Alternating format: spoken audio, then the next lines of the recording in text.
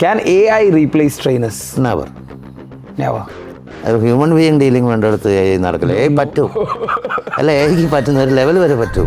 അതാണ് കാർഡിയോ കുറിച്ചിട്ട് ഒരു പേഴ്സണൽ ട്രെയിനർ ക്ലിയർ ആയിട്ട് അറിഞ്ഞിരിക്കേണ്ട ഒരു കാര്യം. VT1 and VT2 ആണ്. അത് ഒരു സ്ഥിരമായിട്ട് ചെയ്യണമെന്നുണ്ടെങ്കിൽ ഫസ്റ്റ് എക്സസൈസ് എൻജോയബിൾ ആക്കുക എന്നുള്ളതാണ്. എക്സസൈസ് എൻജോയബിൾ ആക്കണം എന്നുണ്ടെങ്കിൽ ഒരിക്കലും എക്സോഷനിൽ കൊണ്ടുപോയിട്ടുണ്ടെങ്കിൽ അവർ എൻജോയബിൾ ആക്കാൻ പറ്റില്ല. So thank U. അപ്പം നമുക്ക് അടുത്ത സെഗ്മെന്റിലേക്ക് കിടക്കാം. സയൻസ് ഓഫ് കാർഡിയോ എന്നാണ് സെഗ്മെന്റിന്റെ പേര്. അപ്പോൾ do clients really need to train until exhaustion?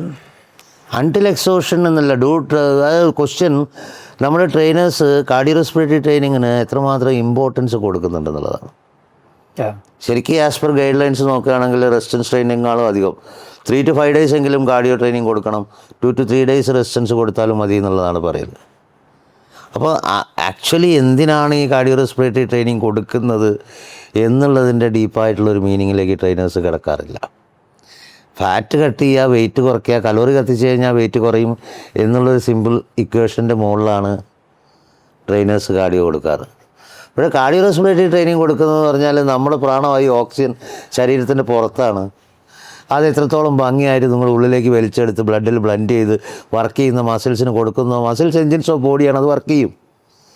നമുക്ക് ഈ എക്സസൈസ് കപ്പാസിറ്റി ഡിമിനിഷ് ആവുന്നതും നമ്മൾ കിതയ്ക്കുന്നതും ബ്രീത്ത് ബ്രേക്ക് വരുന്നതും എക്സോസ്റ്റ് ആവുന്നതിൻ്റെയൊക്കെ കാരണം എന്ന് പറഞ്ഞു കഴിഞ്ഞാൽ നമുക്ക് വേണ്ട ഓക്സിജനും ന്യൂട്രീഷനും നമ്മുടെ മസിൽസിൽ എത്തുന്നില്ല. അപ്പോൾ അത് എത്തിക്കാൻ കഴിയണമെങ്കിൽ ഒരാളുടെ കാർഡിയോ റെസ്പിറേറ്ററി ട്രെയിനിങ് കൊടുക്കണം. അപ്പോൾ കാർഡിയോ റെസ്പിറേറ്ററി ട്രെയിനിങ് കൊടുക്കുന്ന സമയത്ത് വളരെ വളരെ ബേസിക് സ്റ്റെപ്പ് ബൈ സ്റ്റെപ്പ് തന്നെ കൊടുക്കണം നിങ്ങൾ. ഇപ്പോൾ നിങ്ങളെടുത്ത് വരുന്ന ഒരു ക്ലയൻറ്റ് റെഗുലർ കാർഡിയോ എക്സസൈസർ അല്ലെങ്കിൽ, അപ്പോൾ അങ്ങനെയാണ് ഒരാൾ റെഗുലർ കാർഡിയോ എക്സസൈസർ ആണെന്ന് നിങ്ങൾ വിലയിരുത്തുക. അറ്റ്ലീസ്റ്റ് ആഴ്ചയിൽ ഒരു 3 to 5 days എങ്കിലും ഒരു അരമണിക്കൂർ ചെയ്യുന്നുണ്ടെങ്കിൽ അവരൊക്കെ റെഗുലറാണ്. അല്ലെങ്കിൽ അവർ റെഗുലർ അല്ല. അത് പിന്നെ അലൈറ്റ് ബോഡി ബിൽഡർ ആയാൽ പോലും നിങ്ങൾ അവരെ കാർഡിയോയിൽ ബേസ് ട്രെയിനിങ്ങിൽ എടുക്കണം. എന്നിട്ട് അവരെ ഈ കാർഡിയോ ചെയ്യുന്ന അവരെ ഇൻറ്റൻസിക്കലി മോട്ടിവേറ്റഡ് ആയിട്ട് കാർഡിയോ ചെയ്യുന്ന ഒരു കണ്ടീഷനിലേക്ക് അവരെ കൊണ്ടുവരണം. വളണ്ടിയർലി നിങ്ങൾ പറയാതെ തന്നെ ആഴ്ചയിൽ 3 to 5 days ഒരു അരമണിക്കൂർ കാർഡിയോ ചെയ്യണം എന്നുള്ളൊരു കണ്ടീഷനിലേക്ക് ഒരു ക്ലയൻറ്റ് എത്തുന്ന സമയത്താണ്. അപ്പോൾ നിങ്ങൾ മോഡറേറ്റിലാണ് കാർഡിയോ കൊടുക്കുന്നത്. മോഡറേറ്റിൽ കാർഡിയോ കൊടുത്തു കഴിഞ്ഞിട്ടുണ്ടെങ്കിൽ ഫാറ്റ് ബേണിങ് നടക്കുന്നുള്ളൂ. പക്ഷേ നിങ്ങൾ എക്സോഷനിലേക്ക് കൊണ്ടുപോകണം എന്നുള്ള ചോദ്യമാണ് ചോദിക്കണമെങ്കിൽ ഒരിക്കലും ആ ലെവലിലേക്ക് കൊണ്ടുപോകേണ്ട കാര്യമൊന്നുമില്ല. നമ്മളൊരു ക്ലയൻറ്റിൻ്റെ ബ്രീത്ത് ബ്രേക്ക് ചെയ്യുന്നത് കണ്ടെത്തിയിട്ട് അതിൻ്റെ മുകളിലേക്ക് ട്രെയിനിങ് കൊടുക്കാൻ തുടങ്ങിയാൽ തന്നെ സ്ട്രോക്ക് വോളിയം വർദ്ധിക്കാൻ വേണ്ടി തുടങ്ങും. ഹേർട്ടിന് അഡോപ്ഷൻസ് ഉണ്ടാവും. കാർഡിയോ റെസ്പിറേറ്ററി അത് കുറച്ച് വളരെ ഡീപ്പായിട്ടുള്ള സബ്ജക്റ്റാണ്. പ്രത്യേകിച്ചിട്ട് നമ്മുടെ ട്രെയിനേഴ്സ് കുറച്ചുകൂടി ഡീപ്പായിട്ട് അറിയേണ്ട കാര്യമാണ് കാർഡിയോ റെസ്പിറേറ്ററി ട്രെയിനിങ്. സാറിൻ്റെ ക്ലാസ്സിൽ ഇരുന്നിട്ട് ഞാൻ മനസ്സിലാക്കിയിട്ടുള്ള ഒരു കേസ് എന്ന് പറഞ്ഞിട്ടുണ്ടെങ്കിൽ ഒരിക്കലും എക്സോഷനിലേക്ക് ക്ലയൻസിനെ കൊണ്ടുപോകേണ്ട കേസില്ല. കാരണം ഫസ്റ്റ് ഓഫ് ഓൾ ഇപ്പോൾ ഈവൻ കാർഡിയോ പ്രോഗ്രാം ആണെന്നുണ്ടെങ്കിലും ആദ്യം തന്നെ നമ്മൾ ഫോക്കസ് ചെയ്യേണ്ടത് അഡയറൻസിലാണ്. അത് ഒരു സ്ഥിരമായിട്ട് ചെയ്യണമെന്നുണ്ടെങ്കിൽ ഫസ്റ്റ് എക്സസൈസ് എൻജോയബിൾ ആക്കുക എന്നുള്ളതാണ്. എക്സസൈസ് എൻജോയബിൾ ആക്കണം എന്നുണ്ടെങ്കിൽ ഒരിക്കലും എക്സോഷനിൽ കൊണ്ടുപോയിട്ടുണ്ടെങ്കിൽ അവർ എൻജോയബിൾ ആക്കാൻ പറ്റില്ല. അവരുടെ VT1 എന്താണ് ഫസ്റ്റ് വെന്റിലേറ്ററി എക്സോഷനിൽ കൊണ്ടുപോകുമ്പോൾ റിസ്ക് അല്ലേ? ഏത് കണ്ടീഷനിലാണ് നിങ്ങൾ ഒരു നോർമൽ ക്ലയൻറ്റിനെ അയാളെ മാക്സിമം എഫേർട്ടിലേക്ക് കൊണ്ടുപോകുക? ഒരിക്കലും കൊണ്ടുപോകരുതെന്നാണ് പറയുക. അത്രയും ഒരു പെർഫോമൻസ് ഓറിയന്റഡ് ആയ ക്ലയന്റിനെ അല്ലാതെ. അത് അടുത്ത ക്വസ്റ്റ്യൻ ആയിട്ട് നമുക്ക് തന്നെ വരുന്നുണ്ട്. അപ്പോൾ ബേസിക്കലി എക്സോഷനിലേക്ക് കൊണ്ടുപോകേണ്ട ആവശ്യമില്ല അൺടിൽ അൺലെസ് ക്ലയന്റ് ഒരു അത്ലീറ്റോ അല്ലെങ്കിൽ ഒരു അത്ലറ്റിക് പെർഫോമൻസിന് വേണ്ടി നിങ്ങൾ എടുത്തിട്ട് വരുന്നതല്ലാതെ. സോ അടുത്ത ക്വസ്റ്റ്യൻ പറയുന്നത് is VO2 max over rated? Same almost. VO2 max over rated ആണോ എന്ന് ചോദിച്ചു കഴിഞ്ഞാൽ പേഴ്സണൽ ട്രെയിനറെ സംബന്ധിച്ചിടത്തോളം VO2 max really over rated ആണ്. കാരണം അവർക്ക് പ്രാക്ടിക്കലി അപ്ലൈ ചെയ്യാൻ പറ്റുന്ന ഒരു സംഗതിയല്ല VO2 max. അത് അപ്ലൈ ചെയ്യേണ്ടെന്നുള്ള വളരെ ക്ലിയർ ആയിട്ടുള്ള ഗൈഡ് ലൈൻസും ഉണ്ട്. കാരണം VO2 max എന്ന് പറഞ്ഞാൽ volume of oxygen at maximum intensity. ഒരാൾ ഓക്സിജൻ യൂസ് ചെയ്യാനുള്ള ഒരാളുടെ കപ്പാസിറ്റി എന്ന് പറയാം. ഒരാൾ എപ്പോഴാണ് മാക്സിമം ഓക്സിജൻ യൂസ് ചെയ്യുക? അയാൾ മാക്സിമം ഇൻറ്റൻസിറ്റിയിൽ വർക്ക് ചെയ്യുന്നു അല്ലെങ്കിൽ വർക്കൗട്ട് ചെയ്യുമ്പോൾ.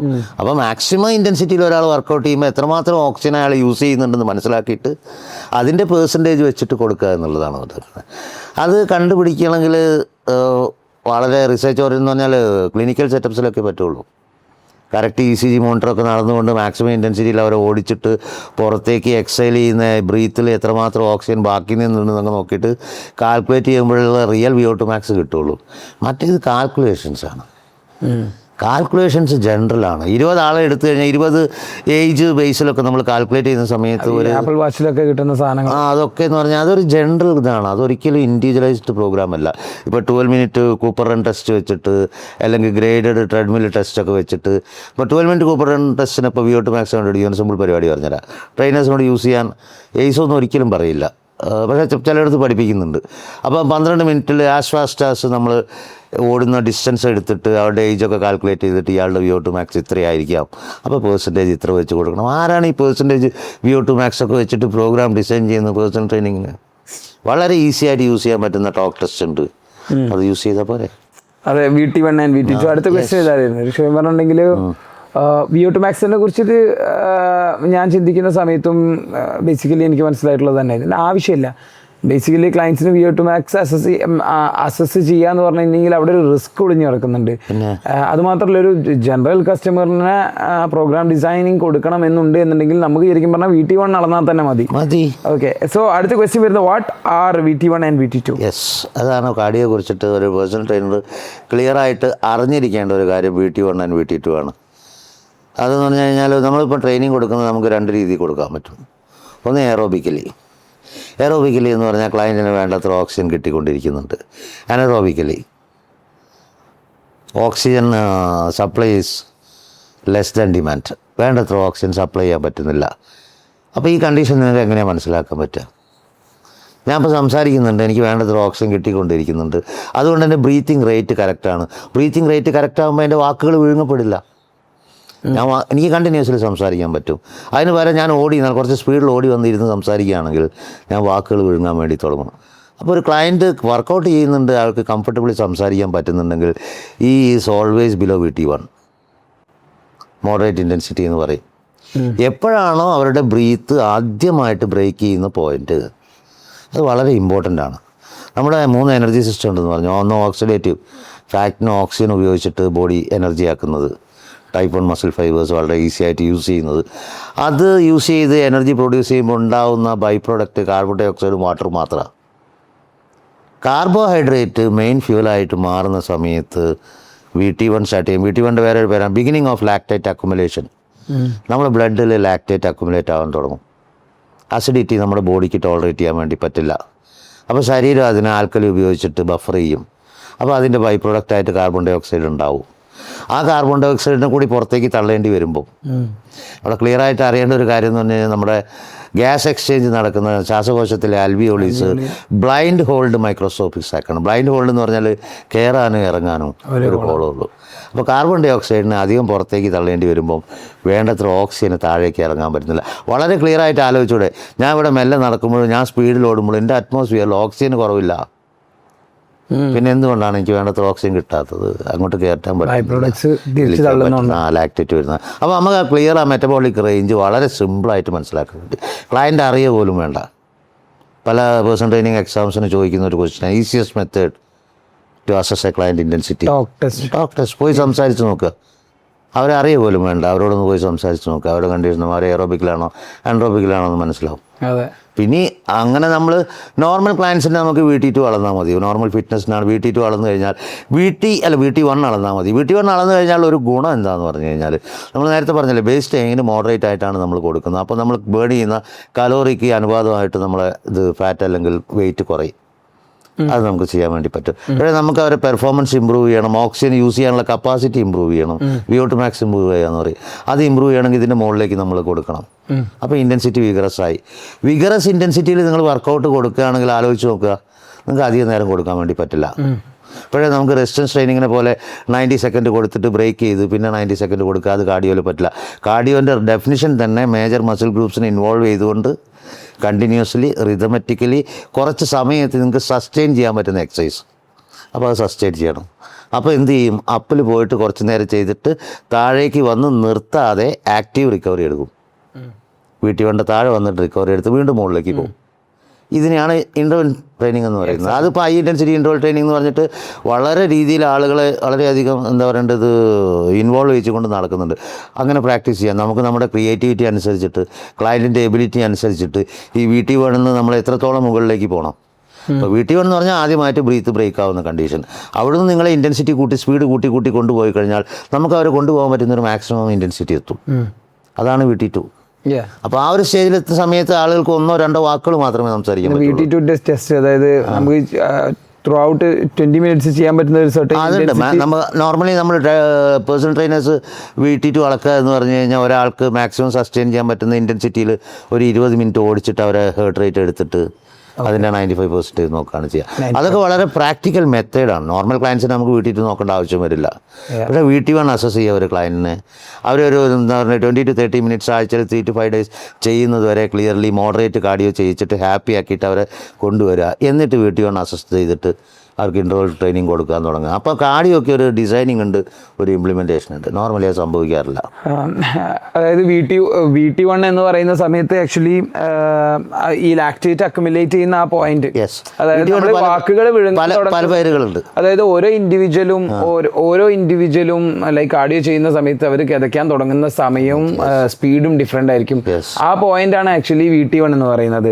അപ്പോൾ നമുക്ക് ഒരാളുടെ ആ പോയിന്റിലുള്ള ഹേർട്ട് റേറ്റ്, യെസ്, അവിടെ അപ്പോൾ ഒരാളുടെ സ്റ്റാമിന കൂട്ടണമെന്നുണ്ടെങ്കിൽ ആക്ച്വലി അതിന്റെ തൊട്ട് മുകളിലും താഴത്തുമായിട്ട് നമുക്ക് എക്സസൈസ് കൊടുത്താൽ HIIT കൊടുക്കുകയാണെന്നുണ്ടെങ്കിൽ നമുക്ക് അവരുടെ കാർഡിയോ തൊട്ട് മുകളിൽ നിന്ന് നമുക്ക് മുകളിലേക്ക് പോവാം. അതെ, എത്ര മുകളിലേക്ക് പോവാന്നുള്ള ക്ലയന്റിന്റെ എബിലിറ്റി അനുസരിച്ചിരിക്കും. എക്സാക്ട്ലി, അവിടെ നമുക്കൊരു 1:1 റേഷ്യോ പല രീതിയിൽ പല രീതിയിൽ ചെയ്യാം. VT2 എന്ന് പറഞ്ഞാൽ അവർക്ക് മാക്സിമം സസ്റ്റെയിൻ ചെയ്യാൻ പറ്റുന്ന ഇന്റൻസിറ്റി അല്ലെ. ഈ VT2ഉം VO2 മാക്സും actually same VT2 VO2 അല്ല. VT2-ൽ മാക്സിമം ഇൻറ്റൻസിറ്റിയിൽ ഒരാൾ യൂസ് ചെയ്യുന്ന ഓക്സിജൻ്റെ അളവാണ് VO2 മാക്സ് എന്ന് പറയുന്നത്. അത് കോറിലേറ്റഡ് ആണ്. VT2 നമുക്ക് ഈസി ആയിട്ട് യൂസ് ചെയ്യാൻ വേണ്ടി പറ്റും. All right. So thank you. അപ്പോൾ ഇതിനെ ഒരു ചുരുക്കത്തിൽ VT1 VT2 ഒന്ന് ഷോർട്ടാക്കി പറയുകയാണെന്നുണ്ടെങ്കിൽ VT1 മാത്രം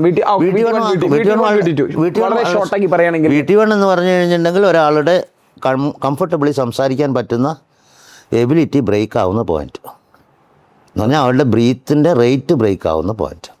ഇപ്പോൾ നമ്മൾ എക്സസൈസ് ഇൻറ്റൻസിറ്റി കൂടിക്കഴിഞ്ഞാലും നമ്മൾ ശ്വാസം അധികം എടുക്കും, പക്ഷേ നമ്മൾ ബ്രീത്തിങ് റേറ്റ് മാറുന്നില്ല.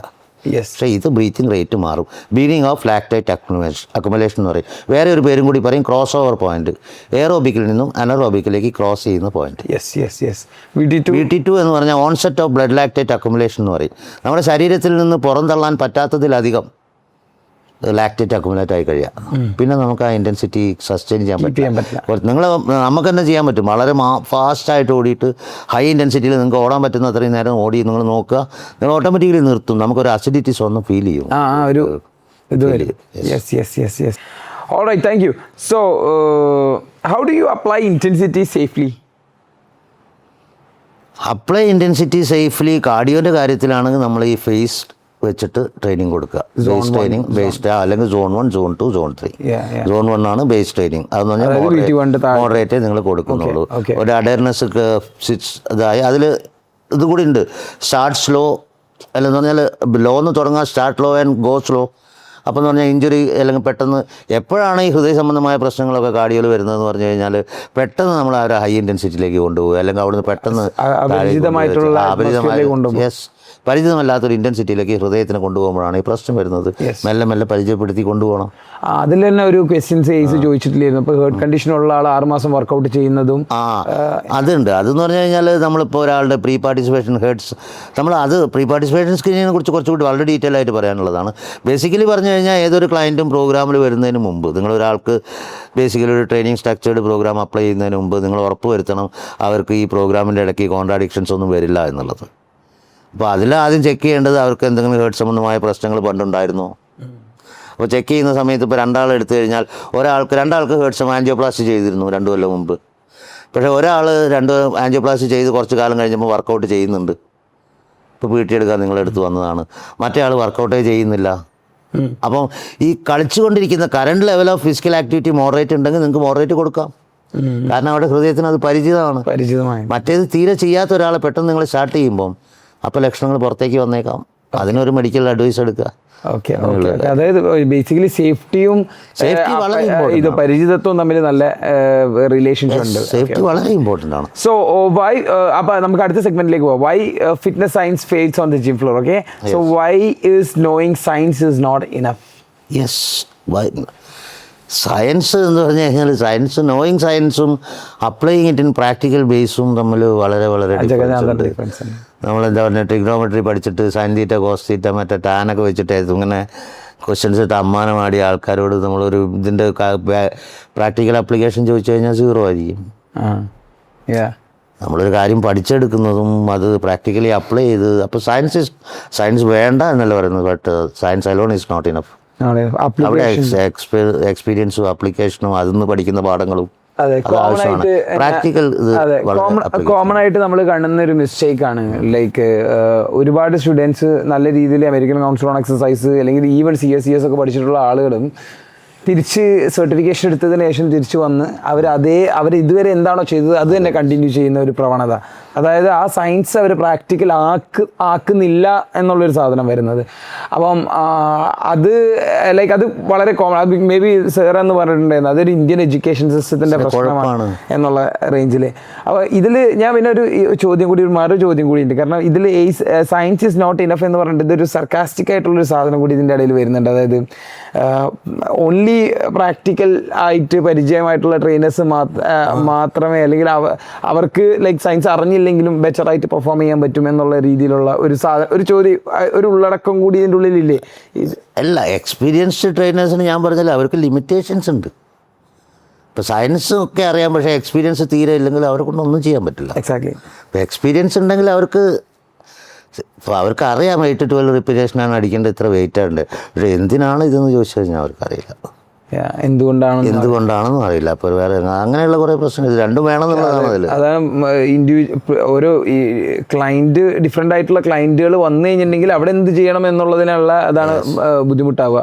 കോമൺ ആയിട്ടുള്ള എന്താ കൊടുക്കുക, അതൊരു പ്രാക്ടിക്കൽ ഒരു മെക്കാനിക്കൽ മെത്തേഡ് അല്ലേ, റിപ്പീറ്റ് ചെയ്യുക. പിന്നെയും പിന്നെ സർവൈവൽ എന്ന് പറഞ്ഞിട്ടൊരു സാധനം കൂടി അതിൽ വരുമല്ലോ. അപ്പോൾ ഓട്ടോമാറ്റിക്കലി ഇവർ ക്ലയൻറ്റിനെ കണ്ട് അതിൻ്റെ ഉള്ളിൽ നിന്ന് ഗ്രഹിച്ചെടുത്തിട്ടുള്ള കുറേ ഐഡിയാസും പോസിറ്റീവ് ആയിട്ടുള്ള കാര്യങ്ങൾ. പക്ഷെ അവർക്ക് പഠിക്കുകയാണെങ്കിൽ കുറച്ചും കൂടി ഡീപ്പായിട്ട് ഇത് കൈകാര്യം ചെയ്യാമെന്നുള്ളതാണ്. നിന്റെ ഫസ്റ്റ് ക്ലയന്റ് പിന്നെ ക്ലയന്റിന്റെ 30 കിലോ നീ കുറച്ച് കൊടുത്ത് 35 അതിനെ കുറിച്ച് നിനക്ക് എന്തായിരുന്നു അറിയാം? എനിക്കൊരു ഐഡിയ ഇല്ലായിരുന്നു. ബേസിക്കലി ഒരു ഐഡിയ ഇല്ലായിരുന്നു. നന്നായിട്ട് എക്സസൈസ് ചെയ്ത് കഴിഞ്ഞിട്ടുണ്ടെങ്കിൽ വെയിറ്റ് ലോസ് ചെയ്യാൻ അറിയാം. നിനക്ക് അറിയാം, കളിച്ചിട്ട് പരിചയമുണ്ട്. അത് നന്നായിട്ട് എക്സസൈസ് ചെയ്ത് കഴിഞ്ഞിട്ടുണ്ടെങ്കിൽ അറിയാം വെയിറ്റ് ലോസ് ആവുന്ന അറിയാം. പിന്നെ ഇന്ന ഡയറ്റ് കൊടുത്തിട്ടുണ്ടെങ്കിൽ വെയിറ്റ് ലോസ് ആവുന്ന അറിയാം. അപ്പാർട്ട് ഫ്രം ദാറ്റ് അഡയറൻസിനെ കുറിച്ച് ഒരു ഐഡിയ ഇല്ല, പ്രോഗ്രാം ഡിസൈനിങ്ങിനെ കുറിച്ചിട്ട് ഒരു ഐഡിയ ഇല്ല, എന്തുകൊണ്ടാണ് ഇന്ന പ്രോഗ്രാം വർക്ക് ആവുന്നത്, എന്തുകൊണ്ടാണ് ഇന്ന പ്രോഗ്രാം വർക്ക് ആവുന്നതിനെ കുറിച്ച് ഒരു ഐഡിയ ഇല്ല. ബട്ട് ആഫ്റ്റർ ലൈക്ക് ഈ American council on exercise certification എടുത്തതിന് ശേഷമാണ് ഓക്കെ ഇതിനെ കൊണ്ടാണ് വർക്ക് ആയത് എന്ന് മനസ്സിലായത്. സോ അടുത്ത ക്വസ്റ്റ്യൻ വരുന്നത്, what separate average trainers from elite trainers? Average trainer from elite trainers. Commitment, professionalism, genuinity, ഇതിനോടുള്ള അറിവ് അല്ലെങ്കിൽ അതിനോടുള്ള പാഷൻ.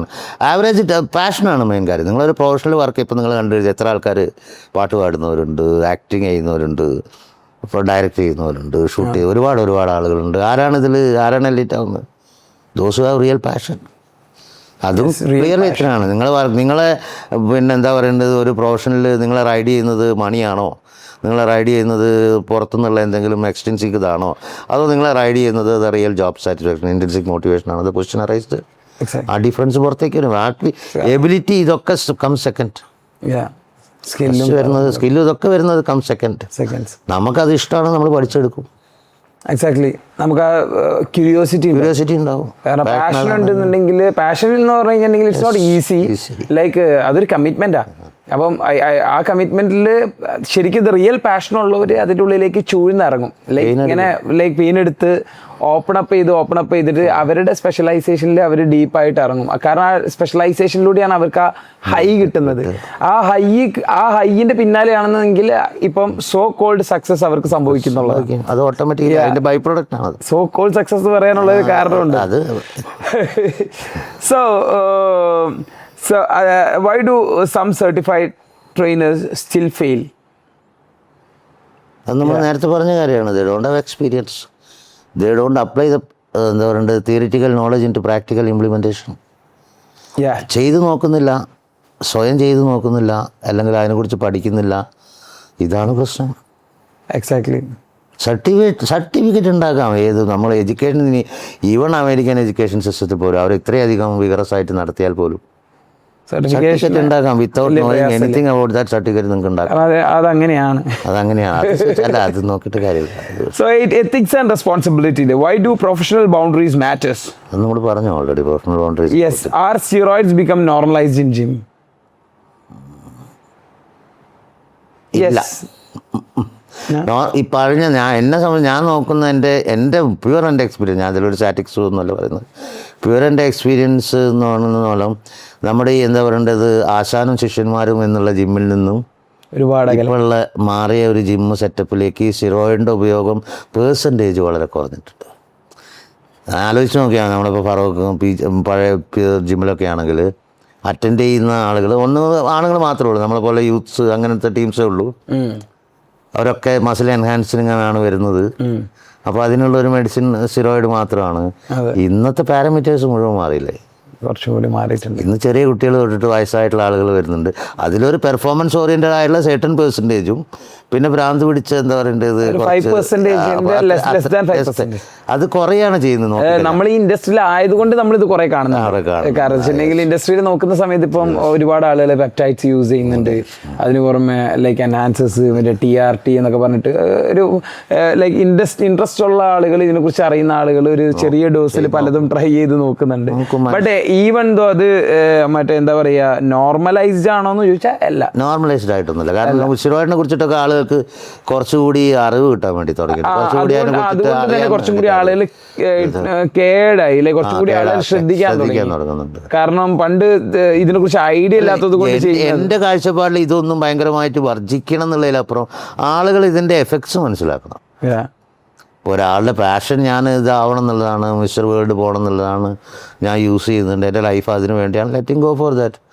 പക്ഷേ നമ്മളിത് വെറുതെ ഇതിട്ട് പൈസ ടൈറ്റായി കാണിക്കാൻ വേണ്ടിയിട്ട് ടെസ്റ്റ് കുത്തി കയറ്റേണ്ട ഒരു ആവശ്യമില്ല. അപ്പോൾ അതനുസരിച്ചിട്ട് അത് മാറും. Exactly. Thank you. So what responsibility comes with being A trainer? You are dealing with human beings. അതാണ് ഏറ്റവും വലിയ റെസ്പോൺസിബിലിറ്റി. നിങ്ങൾ മെഷീൻസ് ആണെങ്കിലും ഇതൊക്കെ ആണെങ്കിലും കുഴപ്പമില്ല. പക്ഷേ നിങ്ങൾ ഹ്യൂമൻ ബീയിങ്സായിട്ടാണ് ഡീൽ ചെയ്യുന്നത്. മോറോവർ നിങ്ങളൊരു ഹ്യൂമൻ ബീയിങ്സാണ്. അപ്പോൾ ഇതിൻ്റെ ഇടയിൽ എന്ന് പറഞ്ഞാൽ രണ്ടുപേരും ഇമോഷൻസും ഇതും ഒക്കെ ഉള്ള ആളുകളാണ് എല്ലാവരും. അപ്പോൾ ആ ഒരു റിലേഷൻഷിപ്പിൽ പ്രൊഫഷണലിസം കീപ്പ് ചെയ്ത് പോവുക, ഒരു നോൺ ജഡ്ജ്മെൻ്റലി ഒരാളെ ആക്സെപ്റ്റ് ചെയ്യുക, അതൊന്നും വളരെ ഈസിയല്ല പറയുന്നത് പോലെ. ഇറിറ്റേറ്റഡ് ആയിട്ടുള്ള ആൾക്കാരുണ്ടാവും, ഭയങ്കര നെഗറ്റീവ് ആറ്റിറ്റ്യൂഡ്സ് ഉണ്ടാവും, നിങ്ങൾ ഒരിക്കലും ഇഷ്ടപ്പെടാത്ത സ്വഭാവമുള്ളവരുണ്ടാവും. എക്സാക്ട്ലി. അത് പ്രൊഫഷണലി അത് പ്രോപ്പറായിട്ട് കീപ്പ് ചെയ്ത് കഴിഞ്ഞിട്ടുണ്ടെങ്കിൽ ആ ഒരു റെസിസ്റ്റൻസ് അവിടെ ഉണ്ടാവില്ല എന്നുള്ളതാണ്. ഈവൻ ചില നാർസിസ്റ്റിക് ട്രൈറ്റ്സ് ഉള്ള ആൾക്കാരുണ്ടാവും. സോ അവർ നിങ്ങളെ ലൈക്ക് എനർജി എടുക്കാനൊക്കെ നോക്കും.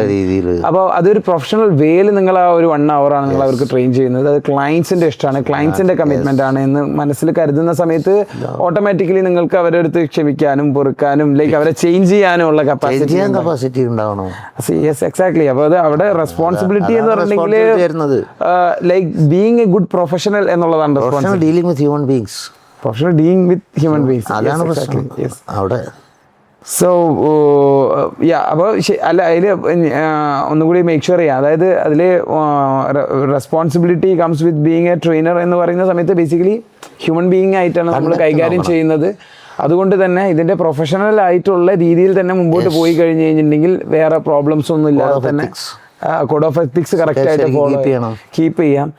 അങ്ങനെ സമയത്ത് ഒരു റെസ്പോൺസിബിൾ ട്രെയിനർ ആവാൻ നിങ്ങൾക്ക് പറ്റും. പ്രാക്ടീസ് കീപ്പ് ചെയ്യുക, കോഡ് ഓഫ് എത്തിക്സ് കീപ്പ് ചെയ്യുക, അങ്ങനെയുള്ള കാര്യങ്ങൾ കറക്റ്റായിട്ട്. ഒന്നും കൂടി രാമണ്ണ അത് ഒറ്റ ലൈനിൽ പറയുകയാണെന്നുണ്ടെങ്കിൽ ലൈക്ക് ഒന്നും കൂടി what responsibility come with being a trainer? Like സിംഗിളായിട്ട് നമുക്കൊരു സിംഗിളായിട്ട് പറഞ്ഞാൽ as with any other profession those who deal with human beings അതിൻ്റെതായ റെസ്പോൺസിബിലിറ്റീസ് ഉണ്ട്. പിന്നെ പേഴ്സണൽ ട്രെയിനർ നമ്മളൊരാളുടെ ട്രാൻസ്ഫോർമേഷനൊക്കെ വേണ്ടി ട്രൈ ചെയ്യുന്ന സമയത്ത് നമ്മൾ എക്സാംപ്ലറി ആയിരിക്കണം. നമ്മളെ കണ്ടക്റ്റിനെ കുറിച്ചിട്ടുള്ള ഒരു കോഡ് ഓഫ് എത്തിക്സ് ഒക്കെ കൊടുത്തിട്ടുണ്ട്, അത് കീപ്പ് ചെയ്യാൻ വേണ്ടി ശ്രമിക്കണം. പിന്നെ നമ്മുടെ സ്കോപ്പ് ഓഫ് പ്രാക്ടീസിനെ കുറിച്ച് മനസ്സിലാക്കണം. നമുക്ക് ചെയ്യാൻ പറ്റുന്ന കാര്യങ്ങൾ എന്താണ് ക്ലിയർലി മനസ്സിലാക്കിയത് ക്ലിയർലി ചെയ്തു കൊടുക്കുക. പറ്റാത്ത കാര്യങ്ങൾ ഇത് എൻ്റെ സ്കോപ്പ് ഓഫ് പ്രാക്ടീസിലല്ല എന്ന് പറഞ്ഞിട്ട് ഒരു ക്രെഡിബിൾ ആളെടുത്തേക്ക് റെഫർ ചെയ്യാനുള്ള റെസ്പോൺസിബിലിറ്റി ഏറ്റെടുക്കണം. ഡോക്ടർ പണി ഡോക്ടർ എടുക്കട്ടെ, ട്രെയിനർ പണി ട്രെയിനർ എടുക്കട്ടെ. Yes that's it. Scope of practice and ethics, code of ethics. Yes, thank you. So 9th one, like നമ്മളെ ഫ്യൂച്ചർ ഓഫ് ഫിറ്റ്നസ് എന്നുള്ള സെഗ്മെന്റിലുള്ള questions. Can AI replace trainers? Never. Never. Replace ചെയ്യും online ട്രെയിനേഴ്സിന്. Yeah. Seriously? Seriously replace ചെയ്യില്ലേ? നിങ്ങൾ ക്യാമറയിൽ കാണുന്നതിന് മുമ്പ് റോബോട്ട് നിങ്ങളുടെ മുമ്പിൽ നിന്ന് ചെയ്യും. Yeah. പക്ഷേ എത്ര അത് റീപ്ലേസ് ചെയ്ത് നമുക്ക് നിങ്ങൾക്ക് കല്യാണം കഴിക്കാൻ പറ്റുമോ? റോബോട്ടിന് കല്യാണം കഴിക്കാൻ പറ്റുമോ? Do you think? ഇല്ല. ഹ്യൂമൻ ബീയിങ് ഡീലിംഗ് വേണ്ടടുത്ത് നടക്കില്ല. പറ്റും, അല്ല എനിക്ക് പറ്റുന്ന ഒരു ലെവൽ വരെ പറ്റും, പക്ഷെ അതിലപ്പുറത്തേക്ക് ഇല്ല. അത് ഇപ്പം ഒരു റീസെൻ്റ്ലി ഒരു ക്വസ്റ്റ്യൻ വന്ന okay now informations R cheap but കാരണം ഇപ്പോൾ ChatGPT ഉണ്ട്, ഇതുണ്ട്, നോളജ് എന്ന് പറഞ്ഞിട്ടുണ്ടെങ്കിൽ ചീപ്പാണ്. പക്ഷെ അപ്ലിക്കേഷൻ എന്താണ് ചീപ്പ് അല്ലാത്തത് എന്നുള്ളൊരു സാധനം ചോദ്യം അതിൻ്റെ ഉള്ളിൽ വരുന്നത്. ഇൻഫർമേഷൻ ചീപ്പ് ആവുന്നതുകൊണ്ടുള്ള ഒരു കുഴപ്പം എന്താണെന്ന് പറഞ്ഞു കഴിഞ്ഞാൽ അപ്ലിക്കേഷൻ കുറയും. പിന്നെ ഈ പ്രോംപ്റ്റ് കൊടുക്കാനുള്ള ബുദ്ധി വേണ്ട ആളുകൾക്ക്. പ്രോംപ്റ്റ് കൊടുക്കാനല്ല, അത് പ്രാക്ടിക്കലി അപ്ലൈ ചെയ്യാനുള്ളത് ആലോചിക്കുന്നില്ല. ഇന്നത്തെ എന്താ പറയേണ്ടത്, 3 PhD എടുക്കാനുള്ള കാര്യം നമുക്കൊരു ഐഫോണിൽ സ്റ്റോർ ചെയ്യാം. അപ്പോഴും നമ്മളിരുന്ന് ബൈഹാർട്ട് പഠിക്കുന്ന കാലത്ത് നമ്മൾ ജീവിക്കുന്നത്.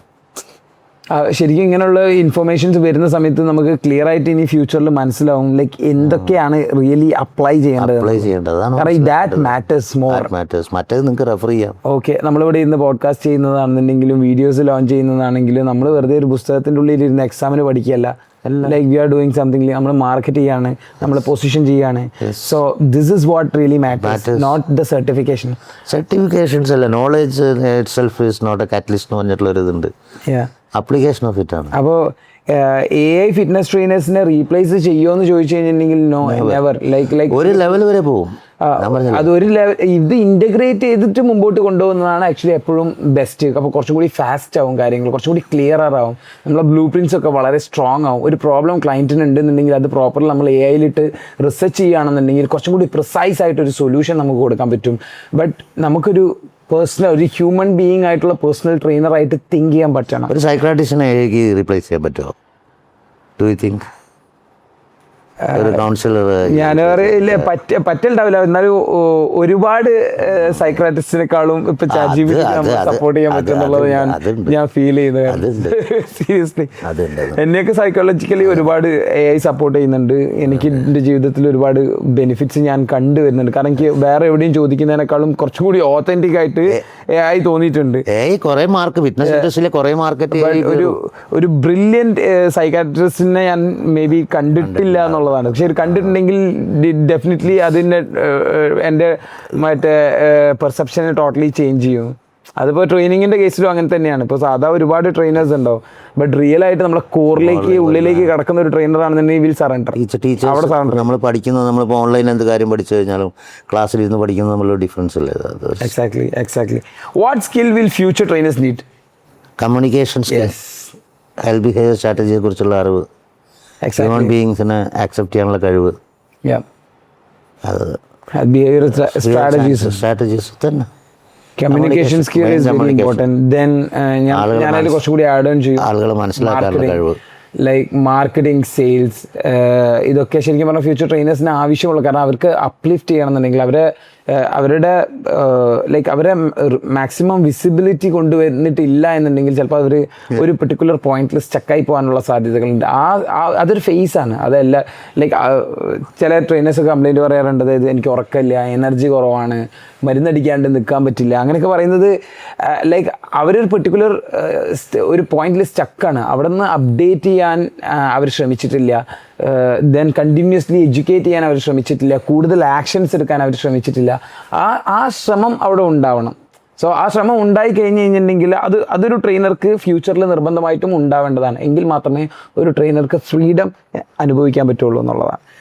സോ അതിലൊരു ക്വസ്റ്റ്യൻ വളരെ സിമ്പിൾ ആയിട്ടുണ്ട് യാസി. ജീവിക്കാൻ വേണ്ടി നിങ്ങൾ പ്രൊഫഷൻ ചെയ്യാണോ അതോ പ്രൊഫഷന് വേണ്ടി നിങ്ങൾ ജീവിക്കുകയാണോ എന്നുള്ളത് ക്വസ്റ്റ്യൻ അനലൈസ്.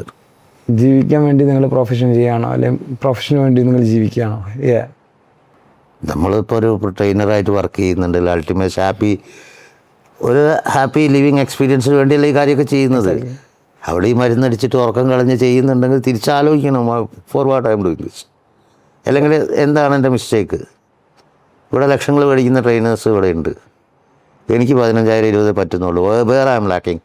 ഈ ക്വസ്റ്റ്യൻസ് വരണം, അതിനെ അഡ്രസ്സ് ചെയ്യണം, അതിനെ ആക്ഷൻസ് എടുക്കണം. അതിനെ അഡ്രസ്സ് ചെയ്യാൻ വേണ്ടിയിട്ട് തന്നെയാണ് പെയിൻ ഉള്ളത്. ആ പെയിൻ ഉള്ളത് ലൈക്ക് ആ പെയിന് നല്ലതാ നമുക്ക് വീക്ക്നെസ് ഉണ്ട് എന്ന് അഡ്രസ്സ് ചെയ്യുന്നതാണ് പെയിൻ. അത് അവിടെ തിരിഞ്ഞു നോട്ടം, അതായത് ഒരു ഇന്റേണൽ നോട്ടം ഭയങ്കര ഇമ്പോർട്ടൻ്റ്. ആ നോക്കി കഴിഞ്ഞാൽ നമുക്ക് മനസ്സിലാവും ഓക്കെ നമ്മളാണ് റോങ്. ആ റോങ് എന്താന്ന് ഐഡന്റിഫൈ ചെയ്യാൻ വേണ്ടി തന്നെയാണ് ആ വേദന. അല്ലെങ്കിൽ ഇത് റിപ്പീറ്റ് ചെയ്യും, then it's a loop. Okay. Options ഇല്ലേ? Yeah, of course. So how can a trainer become international standard? How can trainer become international?